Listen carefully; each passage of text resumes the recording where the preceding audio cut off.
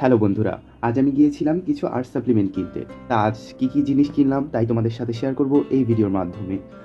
তো প্রথমেই আমি কিনেছিলাম একটি কাটিং ম্যাট, যা আমার খুবই দরকার ছিল। তারপরেই আমি কিনেছিলাম কিছু ক্যানভাস পেপার, এগুলো যেগুলো অনেক বড় সাইজের হয়ে থাকে, এগুলো আমি ছোটো ছোটো করে নিয়েছি। তো তোমাদের জন্য একটা গুরুত্বপূর্ণ টিপস দিয়ে রাখি, যারা প্রথম আর্ট শুরু করতে চাও, চাইলে তোমরা এরকম ক্যানভাস পেপার কিনে নিতে পারো, যেটা দামেও সস্তা এবং অনেকগুলো করেও করা যায়।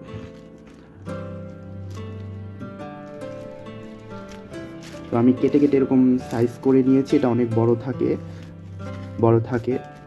তারপর আমি কিনেছিলাম একটি তুলি সেট, 13 পিসের একটি তুলি সেটটা আমার তুলি বেশি দিন টিকে না, কালার করতে যে আমি পরিষ্কার করি না, যার কারণে আমার বেশিরভাগ সময় তুলি কেনা লাগতে পারে, তাই আমি আরেকটি সেট তুলি কিনে নিয়ে আসছিলাম। এরপর আমি কিনেছি কিছু স্কেচের জিনিসপাতি। এই যে এই ব্যাগটা কিনেছি আমি, যেটা আমার ট্রাভেল করতে অনেক সাহায্য করবে। কোথাও ঘুরতে টুরতে গেলে ধরুন এটার ভিতরে কিছু নিয়ে গেলাম। তারপরে এই মেকানিক্যাল পেন্সিলটা কিনেছি, যারা স্কেচিং করো তারা এটার মর্ম বুঝবা। এটাতে অনেক সুন্দর গ্রিড লাইন, 0.5 mm সাথে এক প্যাকেট লিডও দিয়েছে তারা। এছাড়াও সাথে আমি এক্সট্রা আরও কিছু লিড কিনে এনেছি। এরপরই কিনেছি মনো ইরেজার, এটা কী বলে জানি না, অনেককেই দেখি এটা দিয়ে মানে স্কেচিং করতে।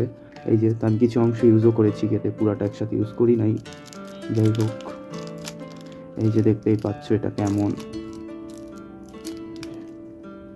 এই যে এরপর কিনেছিলাম কিছু স্কেচের পেন, এই যে এরকম স্কেচের পেন ডাবল লাইনিংয়ের।